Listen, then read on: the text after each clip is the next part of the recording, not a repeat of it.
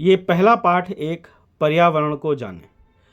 पर्यावरण को जानने के लिए पुस्तिका में एक सचित्र दिया गया है, जिसमें एक बालिका नदी के किनारे पेड़ पौधों के बीच झोपड़ी में पशु पक्षियों के साथ, आसमान में बादल, सूर्य, जो भी वस्तु हमें प्रकृति द्वारा प्रदत्त है वो इस चित्र में दिखाया गया है। अब पर्यावरण के अर्थ को समझने के लिए जो परिभाषा दी गई है कि पर्यावरण शब्द परि तथा आवरण दो शब्दों से मिलकर बना है। परि का अर्थ है चारों ओर तथा आवरण का अर्थ है घेरा। हमारे चारों ओर जो भी दिखाई देता है, जैसे हवा, पानी, मिट्टी, धूप, पेड़ पौधे, जीव जंतु, मनुष्य व अन्य वस्तुएं, सभी पर्यावरण का हिस्सा है। ये सभी हमारे जीवन को प्रभावित करते हैं। पर्यावरण की आवश्यकता एवं महत्व, इसको समझने के लिए फिर एक चित्र दे रखा है, जिसमें पर्यावरण के घटक आपको बता रखे हैं, प्राकृतिक घटक और मानव निर्मित घटक। पर्यावरण चारों ओर का घेरा, हमारे पृथ्वी के चारों ओर का घेरा, हमारे आसपास के चारों ओर का घेरा को पर्यावरण कहते हैं। उसमें हमें प्रकृति द्वारा प्रदत्त रहता है वायु, जल, स्थल और सजीव जीव मंडल। जिसमें हमारे सभी जीव जंतु आते हैं उसको सजीव मंडल कहा जाता है। जो भूमि होती है उसको स्थल मंडल, जो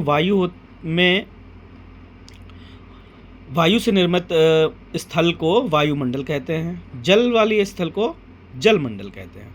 ये तो हो गए हमारे पर्यावरण के घटक। ये हमें सब प्रकृति ने दिए हैं। अब इधर आप देखेंगे तो यहाँ पे मानव निर्मित रहेंगे। मानव निर्मित घटक में आपको देखे जाएंगे पर्यावरण में कि हमारे चारों ओर इमारतें होती हैं, पार्क होते हैं, पुल होते हैं, सड़क होती है, स्मारक होते हैं, उद्योग होते हैं, साइकिल होती है, विविध प्रकार के वाहन होते हैं, विविध प्रकार के उपकरण होते हैं। तो अब हम इसी को आगे पढ़ ले चलते हैं कि पर्यावरण की आवश्यकता एवं महत्व। पर्यावरण से ही पृथ्वी पर समस्त जीवधारियों का अस्तित्व है। ये बात बिल्कुल सत्य है। सांस लेने के लिए ऑक्सीजन हमें पर्यावरण की हवा से मिलती है। इसी प्रकार जल भी समस्त जीवधारियों के लिए आवश्यक है। यहाँ तक कि हमारी मूलभूत आवश्यकताओं अर्थात भोजन, कपड़ा और मकान की पूर्ति भी हमारा पर्यावरण ही करता है। अन्य जीवों को भोजन और आवास पर्यावरण से ही मिलता है।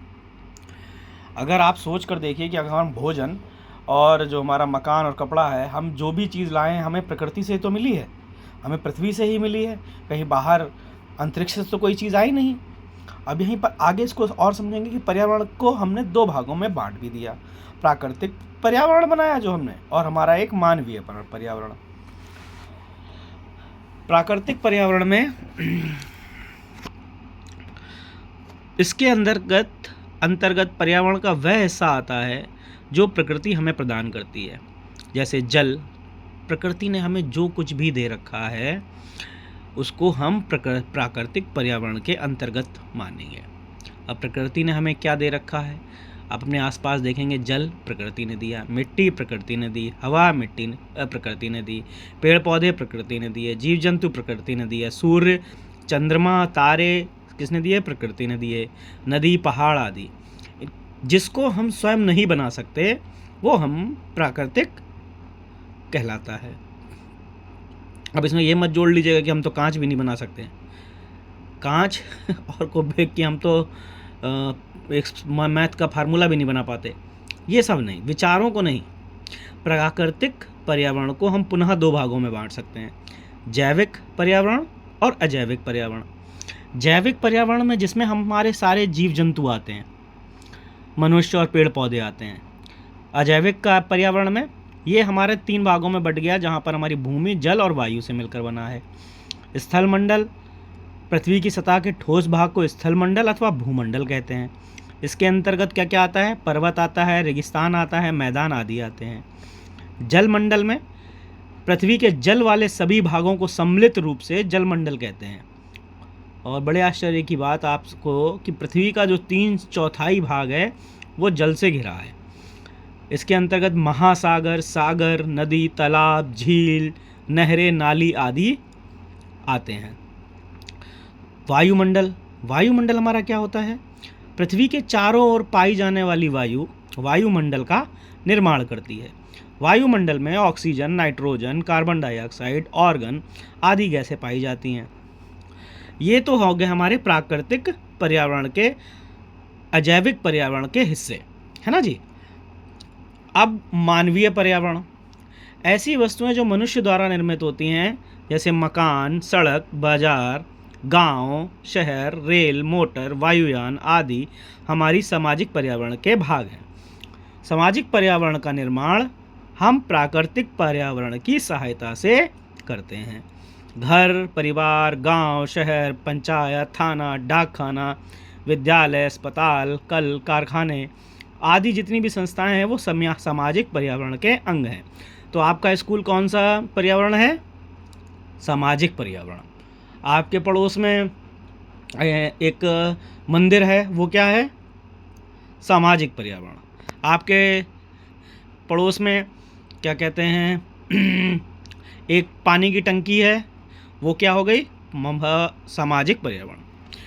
अब इसी को चित्र के रूप में ग्राफ के माध्यम से भी समझाया गया है कि पर्यावरण को दो भागों में बांट दिया गया, प्राकृतिक पर्यावरण और मानवीय पर्यावरण। प्राकृतिक पर्यावरण को फिर दो भागों में बांटा गया, जैविक पर्यावरण और अजैविक पर्यावरण। जैविक पर्यावरण को बांट दिया गया दो भागों में, पादप और जंतु। वहीं अजैविक पर्यावरण को तीन भागों में बांटा गया है, जलमंडल और वायुमंडल। मानवीय पर्यावरण को बांटा गया भौतिक पर्यावरण और सांस्कृतिक पर्यावरण। इसी के नीचे लाइन आपकी दे रखी गई है कि हम अपने त्योहारों, परंपराओं, विभिन्न प्रकार के रीति रिवाजों का पालन समाज में रहकर ही करते हैं। मेलों, उत्सवों, नृत्य, कला एवं संगीत संबंधी कार्यक्रमों का भी आयोजन समाज में ही होता है। इनसे मिलकर हमारा सामाजिक पर्यावरण बनता है। अगला जो हमारा आया है, जीव जंतुओं की पारस्परिक निर्भरता। अब आपको एक चित्र दे रखा गया है। इस चित्र में देखिए क्या क्या है?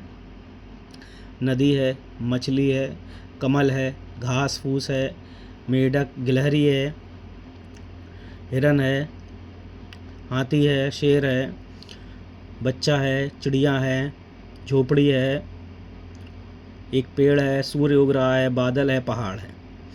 अब आप यहाँ पर ये देखेंगे कि आपस में कैसे निर्भर हैं। ये जो छोटी मछली है, इसको बड़ी मछली खा जाती है। पानी पीने के लिए हिरन नदी में आता है।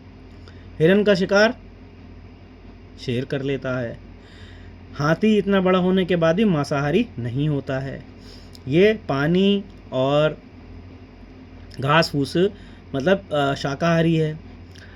मनुष्य शाकाहारी भी है और मांसाहारी भी है। ये चिड़ियाँ पानी पीने के नदी का इस्तेमाल करती हैं और अपने खाने के लिए पेड़ पौधों का जंगली झाड़ और कीट नहीं होता कि पतंगे होते हैं, मच्छर जो भी छोटे छोटे कीट होते हैं, केचुए जैसे मांसाहारी चिड़ियाँ होती हैं, वो ये खाती हैं।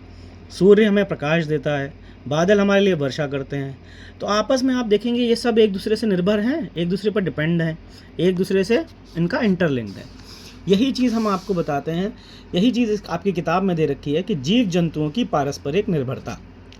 हमारे प्राकृतिक पर्यावरण की रचना जैविक व अजैविक घटकों से मिलकर हुई है। जैविक घटक वो जिनमें प्राण होते हैं, अजैविक घटक वो जिनमें प्राण नहीं होते हैं, जिसमें दोनों घटक एक दूसरे को प्रभावित करते हैं। ये दोनों घटक एक दूसरे के पूरक हैं। हरे पौधे सौर ऊर्जा का उपयोग करते हैं और अपना भोजन स्वयं बनाते हैं। हरे पौधे, हाँ सही बात है भाई, सूर्य उगता है, ये अपना भोजन बनाते हैं हरी पत्तियों से, अपने क्लोरोफिल से। और सभी जीव जंतु भोजन के लिए प्रत्यक्ष या अप्रत्यक्ष रूप से पौधों पर निर्भर है। ये लाइन आप बड़े ध्यान से देखिएगा कि सभी जीव जंतु भोजन के लिए प्रत्यक्ष या अप्रत्यक्ष रूप से, प्रत्यक्ष मतलब डायरेक्ट, अप्रत्यक्ष मतलब इनडायरेक्ट रूप से पौधों पर निर्भर है।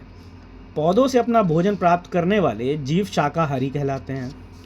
उदाहरण भी दे रखा है, हिरन, खरगोश, गाय, टिंडा आदि। इसी प्रकार कुछ ऐसे जंतु होते हैं जो शाकाहारी जंतुओं को अपने आहार के रूप में लेते हैं, इन्हें मांसाहारी जंतु कहते हैं। जैसे शेर है, बाघ है, भेड़िया है। मांसाहारी जंतु विभिन्न प्रकार के जीवों जैसे मेढक, मछली, हिरन, सांप आदि को आहार के रूप में ग्रहण करते हैं। अंत में सभी जंतुओं का अवशेष फिर से मिट्टी में मिल जाता है। इस प्रकार प्राकृतिक पर्यावरण का यह चक्र निरंतर चलता रहता है। ये आपको आपस में जीव जंतुओं की पारस्परिक निर्भरता चित्र के माध्यम से और भाषा के माध्यम से समझा दी गई।